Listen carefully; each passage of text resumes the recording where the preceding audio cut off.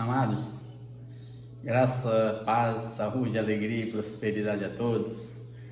Nós já iniciamos a leitura dos profetas do Velho Testamento e nós iniciamos por Joel, que é um texto, um profeta que não tem uma data específica, consensual entre os estudiosos, mas iniciamos ontem assim mesmo, muito gostoso de se ler e também muito instigador e muito tempo provocativo, nos chamando ao arrependimento, porque Joel, que significa, Deus é o Senhor, e ele vem descrevendo o dia do Senhor que vai vir sobre eles, numa ocasião assim que tem uma praga de gafanhotos, na sequência uma seca que assola a terra, que atinge os humanos deixando tristeza, luto, angústia, que assola a terra deixando os animais também tristes, machucados, feridos,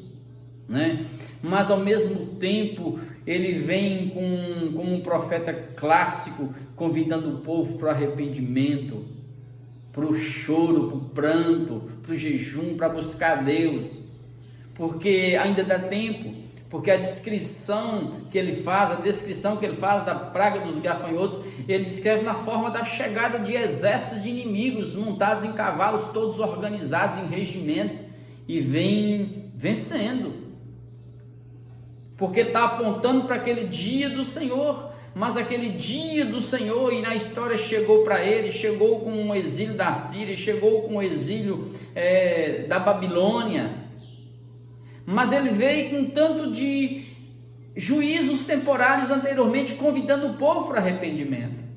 Então esse é o momento de nós discernirmos e compreendermos, porque quando chegar mesmo o grande dia do Senhor, o juízo que Deus separou um dia que há de julgar o mundo por meio de Jesus, a pergunta lá de João ao Apocalipse é: e quem poderá suster? A mesma pergunta ele diz no verso 11, quando nós lemos ontem até o verso 11. E quem é que pode suster? E quem é que pode suportar esse dia que vem como desolação terrível? Aí ele continua no verso 12, que eu quero continuar com você agora. Verso 12, amados, ainda assim, agora mesmo diz o Senhor. É o Senhor quem vem como Deus que nos amou, que cuida de nós, que nos tirou da lama, que chamou Israel quando ele estava escravizado no Egito. É esse mesmo Deus que chama de novo para eles voltarem para a lei deles, para o prumo deles, e nos chama para voltar para o Evangelho novamente. Convertei-vos a mim de todo o vosso coração, e isso com jejuns, com choro e com pranto. Rasgai o coração e não as vossas vestes, e convertei-vos ao Senhor vosso Deus, porque Ele é misericordioso e compassivo, e tardio em irar-se, e grande em benignidade, e se arrepende do mal. Então observe que Ele está chamando o povo não para um choro dissimulado, para lágrimas de crocodilo. Ele está chamando o povo para um arrependimento sincero que brota do coração de quem rasga o coração com sinceridade diante de Deus, e não somente as vestes, os mulambos, os trapos das vestes, cara de piedade, mas lá dentro continuam os lobos devorando, maltratando uns aos outros. É a mesma coisa hoje com relação a Jesus. E a ideia do profeta é assim: Deus é bom, amados. Deus é misericordioso, ele está dizendo, ele põe o coração dele na nossa miséria, ele é compassivo, ele sofre conosco, ele vê a dor da gente, ele é tardio em irar-se, ou seja, ele é um Deus longânimo, amados, e grande em benignidade, carrega o bem nele, e ele se arrepende do mal. Ele está dando aqui, o profeta está dando sentimentos a Deus, como se Deus pudesse se arrepender de alguma coisa. Deus fez algo errado e quer se arrepender. Não, Deus não se arrepende de nada, porque Deus é perfeito em tudo, nele não há trevas. Aqui são sentimentos que os profetas todos dão a Deus, para tentar mostrar para nós que Deus é sempre propício a gente. Quem sabe, verso 14, não se voltará e se arrependerá e deixará após de si uma bênção, uma oferta de manjares e libação para o Senhor vosso Deus. Quem sabe você ainda consiga fazer isso e ver isso, e chegar lá no templo e ainda fazer aquela oferta de libação, de manjares, com sinceridade, com alegria, e gozar e ter aquela festa na presença de Deus. É o convite. Se hoje você ouvir a voz do Senhor, ele vai entrar e vai cear com você, vai fazer festa no seu coração.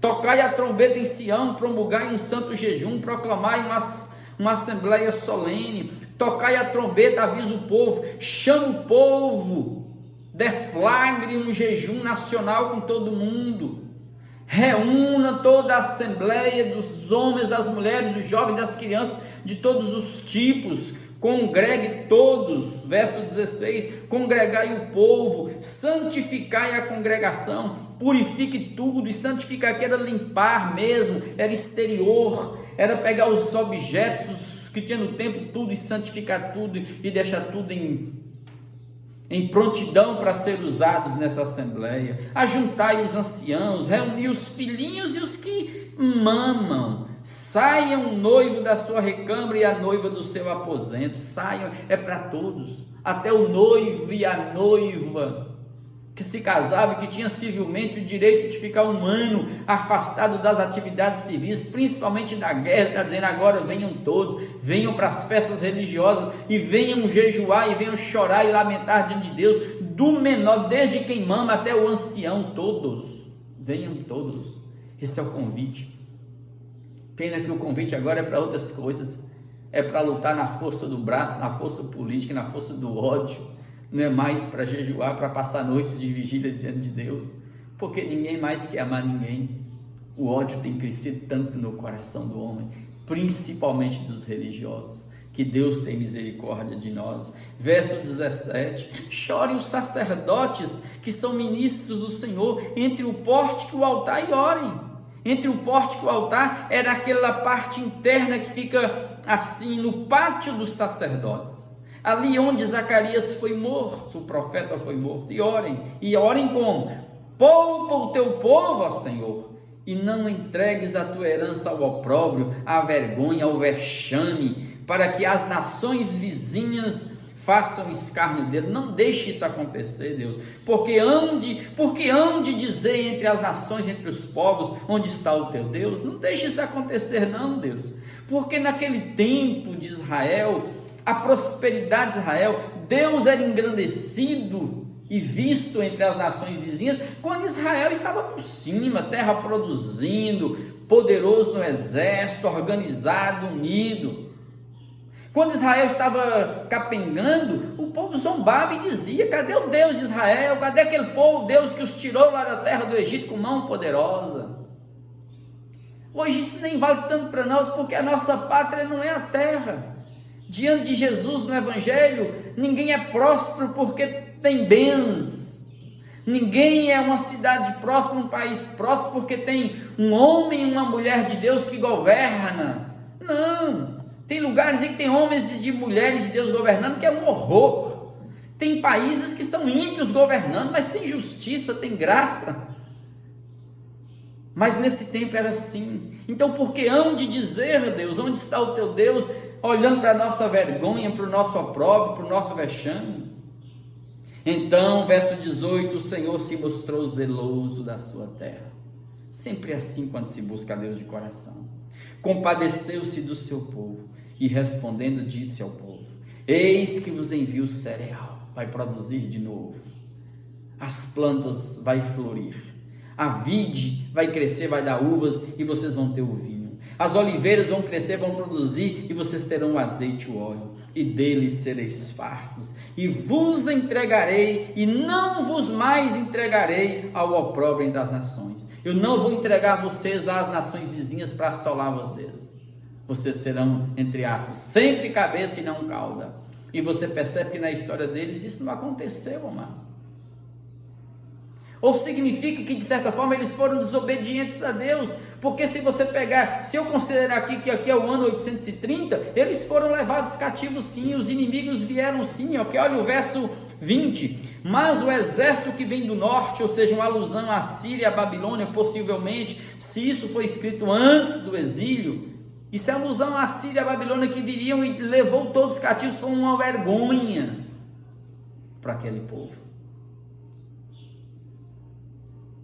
De qualquer forma, amados, esse povo nunca, até os dias de hoje, se voltou para Jesus e creu em Jesus.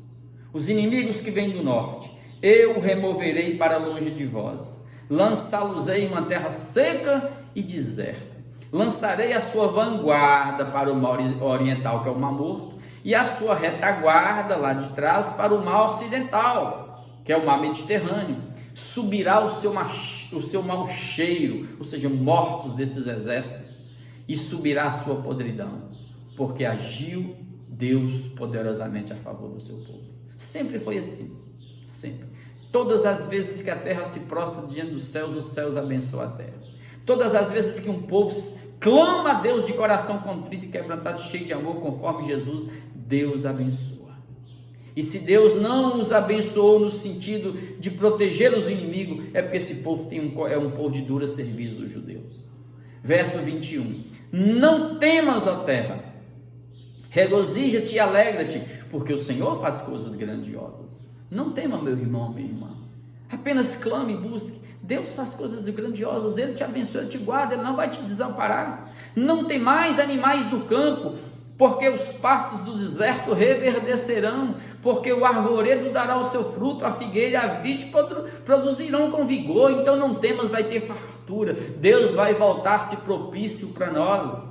Alegrai-vos, pois, filhos de Sião, moradores de Jerusalém, no monte santo, regozijai-vos no Senhor, alegrai-vos no Senhor vosso Deus, porque Ele vos dará em justa medida a chuva, fará descer como outrora a chuva temporã e a serôdia. São as chuvas que possibilitavam a fertilidade na terra, eram as chuvas de setembro e outubro e as chuvas de março e abril, a temporã e a serôdia. As eiras se encherão de trigo. As eiras são pátios grandes ao redor dos celeiros de chão batido, onde se colocava o trigo para secar, se colocava os cereais quando eram colhidos para secar, para serem batidos, para tirar as cascas e produzir vida.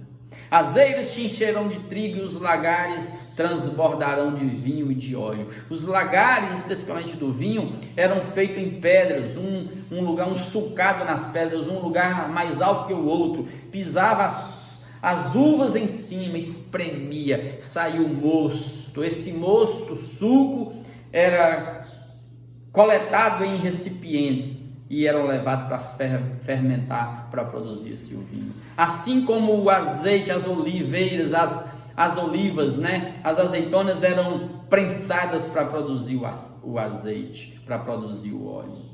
Verso 25, restituir-vos-ei os anos em que foram consumidos pelos gafanhoto migrador, pelo destruidor e pelo cortador. Não cita aqui o devorador, lá eram 4, aqui só 3. O meu grande exército que enviei contra vós outros. Eu vou livrar vocês e eu vou restituir tudo que foi roubado de vocês, destruído. Apenas me busquem e esperem em mim. Tenham paciência. Espera pelo Senhor e não se perca neste mundo de morte, porque é muito fácil no exílio, na dor, você afastar de Deus e não ter paciência e esperar em Deus. E isso não acontece de um dia para o outro. Para a terra restituir tudo, tem que ter o tempo dela da produção.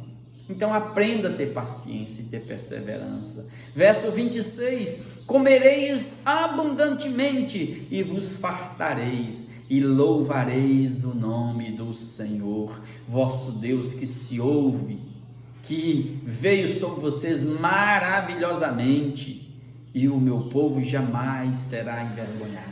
Sabereis que eu estou no meio de Israel aí com vocês, e que eu sou o Senhor vosso Deus, e não há outro, porque de fato não há deuses, só há um Deus. E eu sei que Ele está aqui, e eu sei que Ele é, e eu sei que Ele é todo poderoso, e eu sei que Ele nunca jamais me abandonará. Então creia também nisso. E o meu povo jamais será envergonhado. Deus nos dará dupla honra. Naquele dia Deus estenderá a mão e dirá: vinde benditos de meu Pai. Não, amados, nós temos o céu, persevere. Essa é a promessa do céu para mim e para você. Não é na terra a promessa nossa, é no céu, o gozo no céu. Aí ele diz no verso 28, o clássico: e acontecerá depois disso tudo isso aqui, numa sequência mais na frente, um tempo um pouquinho mais distante, acontecerá porque derramarei o meu espírito sobre toda a carne. Ou seja, eu não sou Deus só seus não, Israel. Eu sou Deus de todas as nações, eu criei todos. Eu sou o Pai criador de todos. Eu não sou específico seus, propriedade exclusiva suas não. Meu espírito vai ser derramado em toda a carne. E isso aconteceu no Pentecostes, após a assunção de Jesus. E ele derrama o espírito. O Espírito vem do jeito que está aqui, ó. Vossos filhos e vossas filhas profetizarão, vossos velhos sonharão e vossos jovens terão visões. Não derramarei só sobre líderes, sacerdotes, sumos sacerdotes, anciãos, não. Vai ser derramado sobre todos, do maior ao menor. Pedras vão clamar nesses dias. Não fica achando vocês, igreja, vocês sacerdotes, que vocês são a única forma de Deus falar, de Deus agir na terra. Não existe isso. Pedras estão clamando, Deus está levantando diante dele em todos os cantos, de todos os tipos. Está aqui, ó. Até sobre os servos e sobre as servas derramarei o meu espírito naqueles dias. Até sobre os escravos são marginalizados, oprimidos, machucados, rejeitados. Eu derramarei do meu espírito sobre eles, porque são meus, eu os criei. Então não me afronte, oprimindo o pobre, o desempregado, o órfão, necessitado, não. Mostrarei prodígios nos céus e na terra, sangue, fogo e colunas de fogo. Sim, sangue porque escurece tudo, a lua avermelhada. O sol fica sombrio porque vem na forma de uma nuvem de gafanhoto, uma nuvem de 30 metros por 8 quilômetros, uma coluna de 30 metros por 8 quilômetros de comprimentos, cria sombra, vento forte, diz o texto. O sol se converterá em trevas e a lua em sangue, antes que venha o grande e terrível dia do Senhor. E veio para eles no Pentecostes. Só que quando Pedro usa o texto de Joel, lá em Atos 2, e ele fala do derramado do Espírito, que veio como um vento impetuoso, encheu aquele cenáculo, aquela casa onde estavam todos reunidos, 120 pessoas mais ou menos, e o Espírito derramou porções de língua sobre eles, e eles profetizaram, e eles falaram em mistérios, e eles falaram as grandezas de Deus nas línguas maternas de todos os povos que estavam reunidos ali. Pedro então convida o povo para arrependimento, e Pedro faz uma profecia ainda dizendo que isso se sucederia sobre a descendência deles, ou seja, a promessa de Deus, a profecia, ela tem um cumprimento imediato, como teve para eles, tem um cumprimento na sequência para aqueles que estão em Cristo, acontecendo em Cristo, porque Cristo é o auge de tudo, mas ela tem também um cumprimento futuro que aponta para esse grande dia do Senhor, porque conquanto ainda vai vir o dia do juízo que Deus reservou para julgar toda a terra, todas as nações. Eu sei que todos os dias tem juízos acontecendo na terra, Deus convidando o povo ao arrependimento. Então, quando você olha para momentos como o Brasil, o mundo vive, de uma religião atolada num lamaçal da política, perdida no limbo, sem saber nem o porquê e por quem está lutando. Quando você vê a terra gemendo, a criação, quando você vê as águas minguando, os verdes da terra sendo queimados, destruídos, e isso é Deus chamando os humanos para o arrependimento. Quando você vê fome, carestia, mortes, pragas, como agora chegou para nós o Covid nesses 2 últimos anos, é Deus convidando o povo para o arrependimento.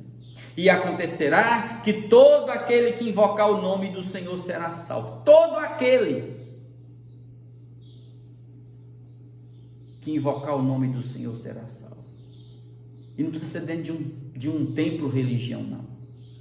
Você invoca o Senhor do seu time, onde você estiver.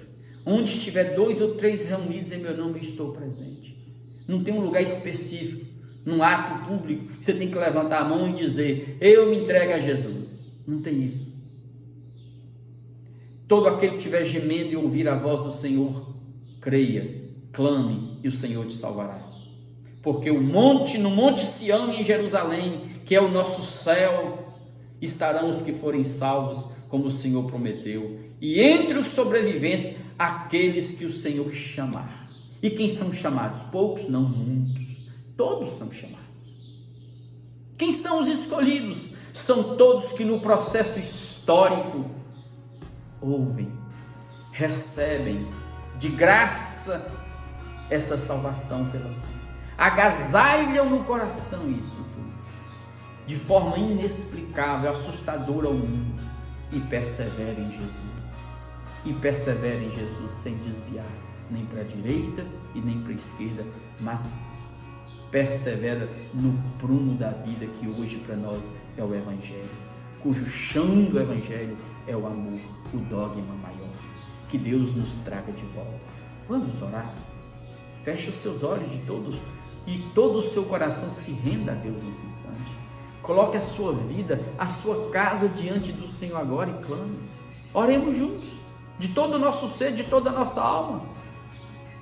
Os desafios, seus medos, seus sonhos roubados, destruídos, seus traumas do passado que estão paralisando sua vida hoje. Clame, peça a Deus livramento, libertação, que o Espírito de Deus derrame sobre sua vida agora um grande Pentecostes na sua vida, como foi na vida de Pedro, como foi ali em Samaria, como foi em todos os cantos, e está sendo e será até aquele grande dia, porque Deus tem gente, tem povo em todos os cantos da terra. Deus, olha para mim, para minha esposa, para os meus filhos, para minha casa. Olha para nós aqui, que nenhum dos nossos se perca, que nas nossas famílias, Pai, nenhum se perca, nenhum perca o céu, nenhum vá para o inferno, que todos sejam salvos, Pai. Cura-me, cura os teus filhos, reaviva em nós o fogo do amor, a chama, traz em nós quebrantamento, arrependimento, suscita isso em nós, porque até isso é graça, é favor do Senhor, Pai. Esse avivamento verdadeiro que gera perdão, arrependimento, cura, restauração nos relacionamentos, cura a alma do que está abatido, doente, daquele que está paralisado por um passado sombrio que o acometeu. Oh Deus, liberta dos traumas do passado, levanta agora o órfão, a viúva, o necessitado, o abusado, o machucado, o traumatizado, liberta agora, Pai, liberta os que estão, Pai, debaixo do tacão de Satanás, liberta aqueles que estão debaixo do laço do inimigo, oh Deus, do faraó deste mundo, liberta os teus pequeninos, os teus filhinhos, todos aqueles que tu comprastes com teu sangue, traz de volta para a tua presença, aleluia, aleluia, aleluia. Venha o teu reino sobre nós e enche este lugar com a tua glória, e enche essa casa com a tua glória, e enche este coração com teu espírito, e reaviva essa alma que está desalentada. Cerca com anjos essa casa agora, e na autoridade de Jesus eu ordeno que todo mal saia, toda praga, todo espírito de morte e destruição, todo espírito de tristeza, de dor, de angústia, de depressão, de insônia, saia dessa vida agora, em nome de Jesus, e que a promessa do Senhor seja sobre cada um, reavivando, derramando o teu espírito de vida, o Espírito Santo, nosso advogado, nosso Paráclitos, sobre toda a carne, sobre a vida daquele que está orando conosco agora. É assim, ó Deus, que em nome de Jesus eu abençoo o teu filho e a tua filha, hoje e para sempre, no nome de Jesus. Amém, amém e amém.